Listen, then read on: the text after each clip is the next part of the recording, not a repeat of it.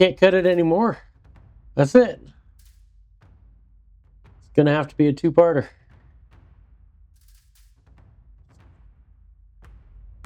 Oh, hey. I tried to cut this video down as much as I could, and we ended up with an hour-long video. And I know I'm way too boring to ask you guys to donate 1 hour of your time. It's not going to happen. So we're going to cut this into two parts.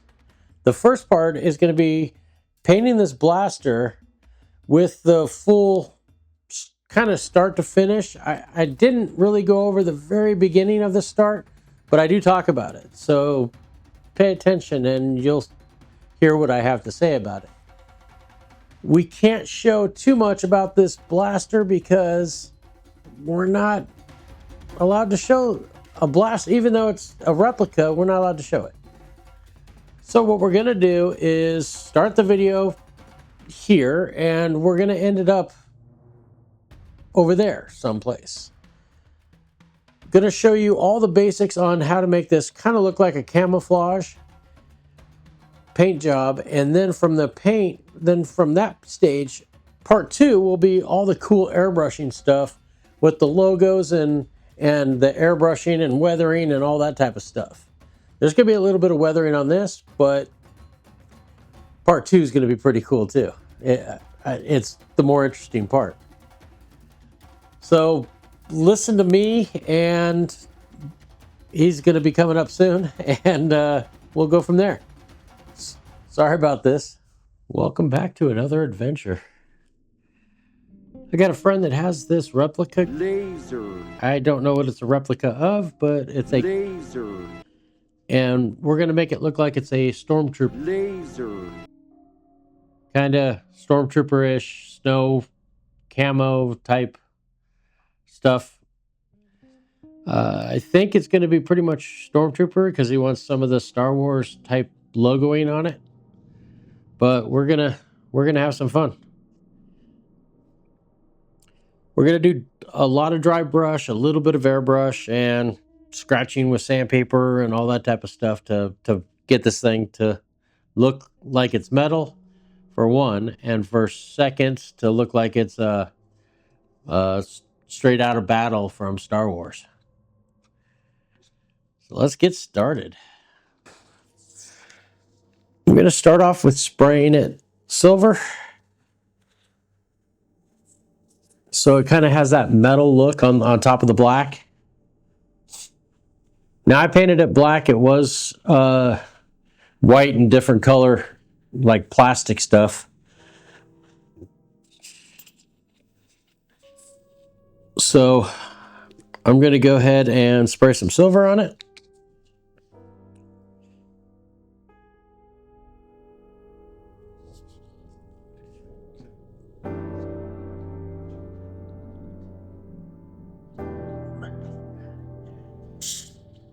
The silver, we don't want it to look 100% silver.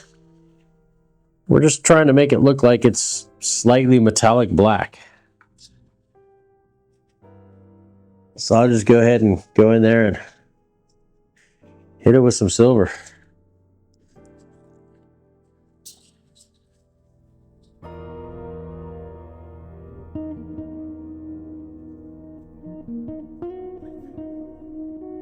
And because I'm spraying it so lightly, it's pretty much dry right at the beginning.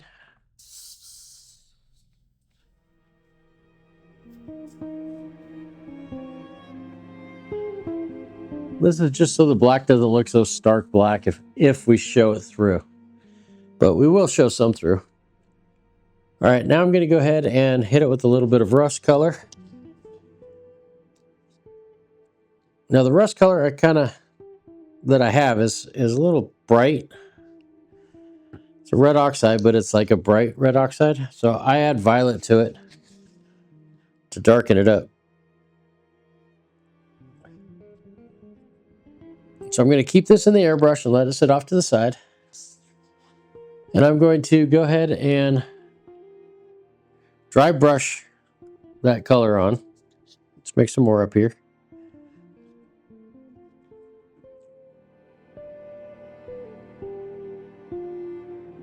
Purple's a really good color to darken up reds and oranges, as long as it's like a purple toner, like pure violet, because it doesn't deaden the color. It keeps the color kind of there.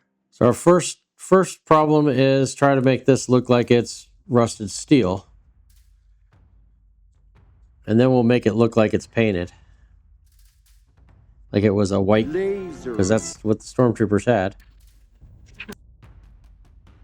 It's basically just putting paint on. And I could have started with the silver base, but I wanted something dark.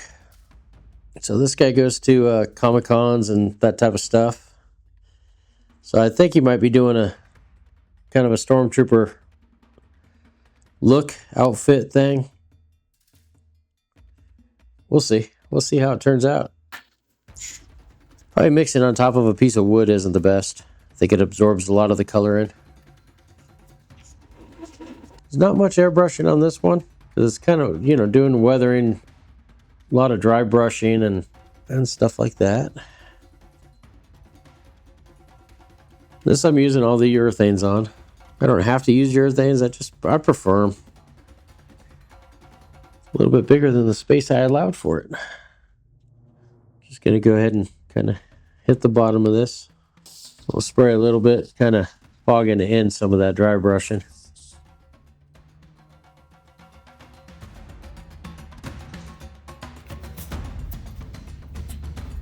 I want to do a lot of different layers, because I think the more layers on weathering, the better it looks. Especially if you ever look at like rust and stuff like that, there's a whole bunch of layers. It gets pretty dark and it gets pretty light.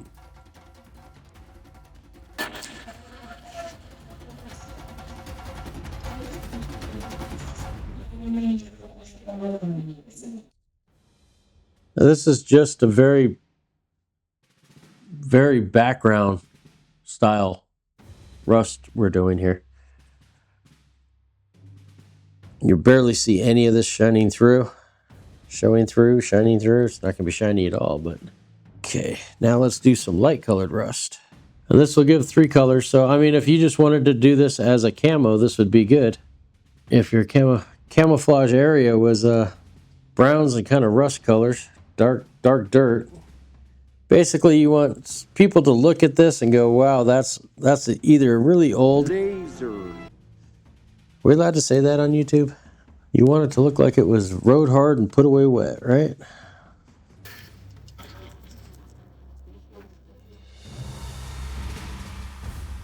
All right. I want to say that's good. At least for the rust color. So now the part to make it look like a Stormtrooper's. Laser. From here, you could probably do any color on it. If you did different greens, it would look like it was from Vietnam, or different browns, it would look like it was from the sand pit. This would be pretty good camouflage for snow. But you're trying to make it look like it was a white laser. What do they call those? Phasers? Maybe I need to start using those words. I might have to voice over the word that I was using. The idea is it was a white phaser, and then it went through battle. Remember, when you're painting, you're not in a hurry. Everything's kind of, you're supposed to be relaxing and enjoying this. If you're not enjoying it, stop, take a break, go do something fun, and then come back to it. One thing you do have to have is a ton of patience. Especially when you're like me and you're trying all different new techniques and fun stuff. Now, if this was a real phaser, I don't know what you'd have to do as far as making it serviceable, but we don't have to worry about that. I know I have to think about that logo that he wants on it. So I think I'll do bigger areas of white. So I got a place to put it. And then we'll weather the logo also.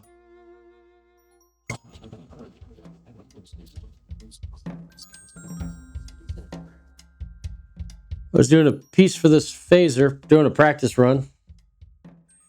And my neighbor came over and thought it was really old. So that's the look we're looking for. You kind of want that paint's kind of chipping off type look. We'll get into wear marks in a little bit after we get kind of the background base color done. But the whole idea is kind of make it look like it's, you know, it's been gripped and everything else.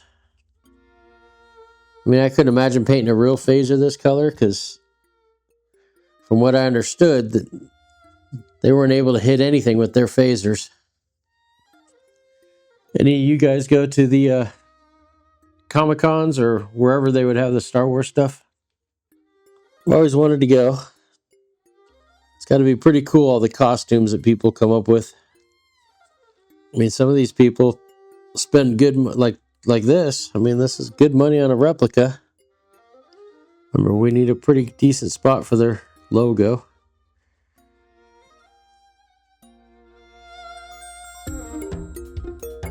Now you could do this to any Nerf air rifles. Just kind of give it a look like it's going to war or been to war. Okay, now what I think I want to do, just to give it a little more tone to it, mix a little gray. Like I said, I like to do 3 colors in each one. So let's do just a little gray. And then we'll come back over it with another brighter white. This way it gives the white a little more texture. Even though I know Stormtrooper white is basically like a chalk white. But this gray will kind of give it a little more age. Make it look like it's older. If you wanted to get crazy, you could add a little blue to it, to the white. And that would kind of make it look more snowy. How are you guys liking the videos so far? Am I doing okay? Is there anything I can improve on? Or stop doing, or anything you guys don't like? Leave it in the comments down below. I mean, I like doing these videos just because I like teaching. I'm hoping you guys are learning. Most of it's just basically don't be afraid to try something. It's only paint. You know, fabrication's a little different when you get into doing fabrication stuff. I get a little nervous with people trying certain things like suspension stuff. I see people building A-arms and stuff like that, and that's, you know, that's not something you want to start out on. Something to where you could hurt yourself, hurt somebody else. But paint, you don't like it, you just paint back over it. So easy to change. All right. So that knocked down that white. Now I'm going to come back in with a brighter white, with pure white again. And that way we kind of gave it layers. Just like mistakes. If you make a mistake on something, if you repeat it 3 times, then it's accepted. I don't know how that works, but I know, like with airbrushing, when I've made a mistake in something, I can make 3 of those same kind of lines, mistakes, arcs, or shadows, color, or whatever. And it looks normal. It looks like it was supposed to be there. That's going to get brushed off as I go, but let's see with that. Now, a good source for weathering is Model Railroading. They do a lot of dry brush, a lot of different stuff for weathering for their trains. And some of them are pretty intricate on what they do. Like this, I was trying to look up weathering on Star Wars phasers, and I couldn't find much. I mean, I could look up how to camouflage air rifles and all that stuff. But as far as Star Wars, there wasn't much. All right, because I'm going lighter, I'm going to go ahead and just kind of clean out the brush a little bit. Now let's go with some bright white again. Let's see what that's going to look like. Should make it pop right back out. You don't want to hide all the color below it. And if there's some areas you don't hit, then that's fine. But that gray kind of gives it that shadow of that white. Kind of makes it look a little more weathered. When we do the logos and lettering on this, we're going to have to weather that too. Okay. Now because this is done in urethane, I'm gonna do a flat clear over the whole thing. That's something you got to think about if you're painting a real phaser. You might have to think about moving parts and stuff like that. I don't know thickness, tolerances. I don't know much about real phasers. I'm just a painter.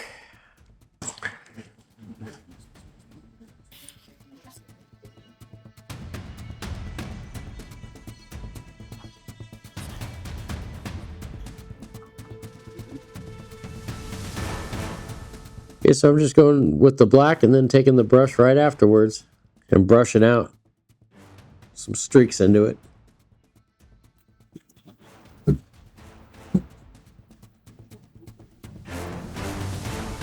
If we have to for the look, we'll come back in with some white and hit over the top.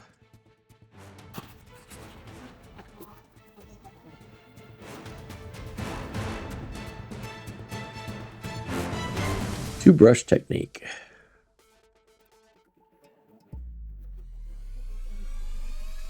You could probably do this with charcoal or something like that. I know for modeled railroads they have all different type of weathering stuff. Just depends on how crazy you want to get.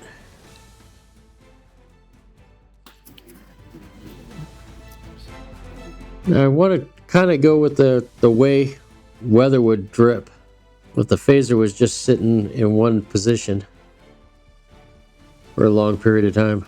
Got this side done, got that side done. Now I'm going in with a bright white just to kind of go back over some of those areas. And once again, give it another layer. Now we're going to put the logo here, so I need this to be pretty decent. I think what he wants is on one side the Stormtrooper side. Can't think of what they're called. Is it Imperial? And then the other ones, he wants the good side and the dark side logos on this. Dry brushing takes a lot more paint than you think it would. I think I'm getting more paint on me than I am the phaser. I got some black in the airbrush, and I think we'll go over it with that. We'll just kind of finish the weathering technique. I'm gonna kind of outline this area and kind of make it look like it's decent paint that's chipped away. Give it that outline look. See some weather marks, some drips. Now on this, I'm going to look to see, okay, what would hold water and then drip off of it. That's kind of how I'll do that. This looks like it's supposed to move, so I'll do kind of little scar marks, kind of as if it moved. Where fingers go, I'll make that look like it was dirty fingers touching it. Now this, I think that's where the shell ejects from. So we can make it look like they never clean their phasers. And around that, it should be all sooty. Actually, is there a shell on a phaser?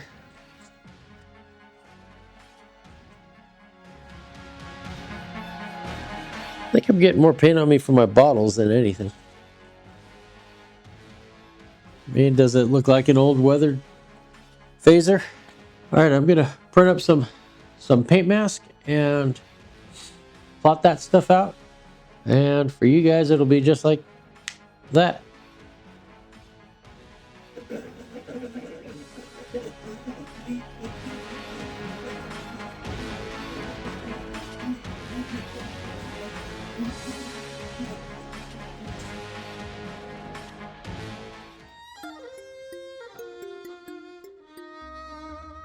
Thanks for watching, and I'll do some stills and kind of do a little walk around of this. You guys are awesome. As I just said, thanks for watching. Part 2 is the cool part. This part we're going to be doing all the airbrushing on and weathering lettering, logos, a little bit of masking here and there. And then, like I showed you a little bit of tease before, we'll show you the end product and what really made my customer happy. What made it to where, I mean, he's been showing everybody all over. So it's awesome to be able to do that for somebody, and I hope we can take something that you have and make it look similar to this. So we're going to get on with part 2, and we'll start here. I'm going to move upstairs and show you guys some airbrushing or something. Yeah, that stuff.